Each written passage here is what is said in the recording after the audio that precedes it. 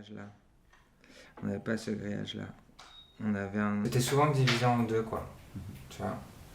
Donc tu pouvais en avoir une comme ça, et là t'as les deux lits comme ça.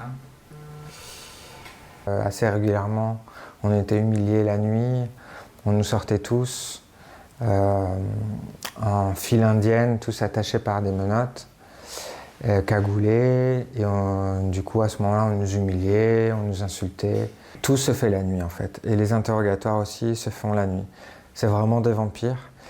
Et c'est fait aussi pour nous casser, puisqu'en fait il y a un système qui fait qu'on ne peut jamais vraiment se reposer. Il n'y a que quelques heures dans la nuit où il y a un peu moins de bruit, mais en fait pas vraiment, parce qu'il y a quand même un changement d'équipe. Et puis les gardiens, ils essayent de survivre aussi. Et leur façon de survivre, c'est de parler, de mettre un peu de musique avec leur téléphone portable. Et ça, en fait, c'était notre cours à nous les étrangers. Donc ça fait 8 sur 12 à peu près. Au bout de 5 jours, on me dit est-ce que tu vas aller voir le soleil? Je dis oui, oui. Et on m'emmène. En fait, c'était assez impressionnant parce que j'avais que genre 4-5 mètres à faire, j'imagine.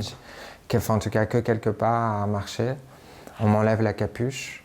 Et en fait, il devait être midi, puisqu'à ce moment-là, c'était un puits de lumière et je reçois la lumière du soleil. Et au jour d'aujourd'hui, c'est un des plus beaux souvenirs de ma vie. Aujourd'hui, moi, ça va, mais demain, ça va pas. Peut-être que dans 30 secondes, je suis en train de pleurer.